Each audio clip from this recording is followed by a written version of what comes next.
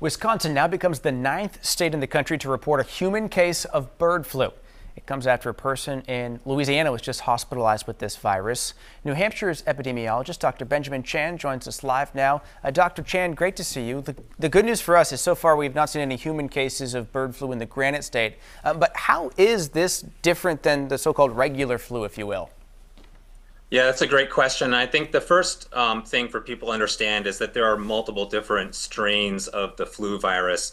Some of these strains normally circulate and cause infection in humans. These are strains like H3N2 and H1N1. But what we're talking about here, what's sometimes called bird flu, is a different strain called H5N1.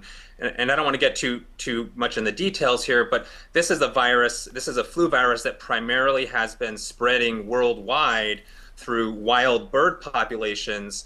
And it's not a new virus. This was first introduced into the United States back at the end of 2021.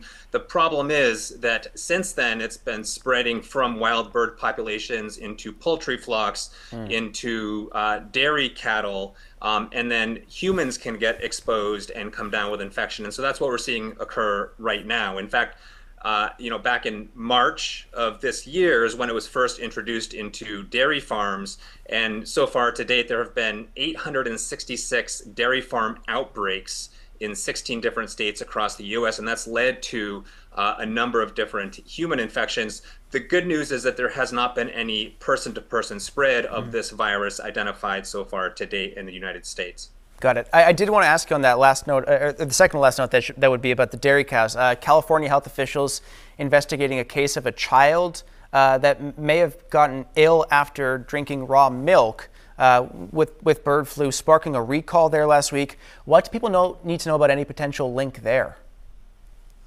Yeah, so California right now is particularly hard hit with outbreaks of this bird flu virus in dairy farms. And we know that this virus is found in high levels in milk when cows are infected. And so raw milk poses some risk to people, either from the virus, if it's causing an outbreak in the state, or from other pathogens that can be in raw milk. And so in general, public health does not recommend that people drink or consume raw milk or raw milk products. But this is not a virus that has been identified in New Hampshire or even in the Northeast, either in people or in dairy cattle. So we do not believe that this virus is in the milk supply, and it is inactivated or killed through pasteurization. So the milk that people buy on their store shelves that's been pasteurized is perfectly safe to drink. This is something certainly that we're monitoring because it has been spreading farm to farm. And people have been exposed and come down with infection in other states. But the good news is that it has not yet been identified in New Hampshire in people or in dairy cattle. Right. And so, Dr. Chan, lastly, how does the state track that, especially for folks who work closely with animals and making sure that these farms aren't being exposed to this? Yeah, so this is a combined effort between multiple different state and federal agencies. The Department of Agriculture, the New Hampshire Department of Agriculture, is helping to monitor to ensure that sick animals, sick cattle, sick poultry get tested potentially for this virus.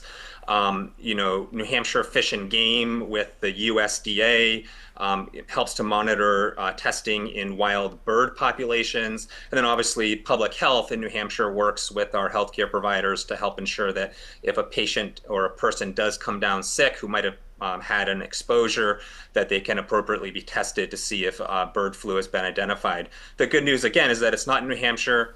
But we continue to encourage people to take steps and precautions to protect themselves. One of the best ways to protect themselves against, regularly circulating viruses that are currently circulating in New Hampshire in people, like the everyday common flu viruses, is to get vaccinated as the best and first line of protection. Okay, Dr. Benjamin Chan, the state epidemiologist, thanks so much for your time today. Thank you.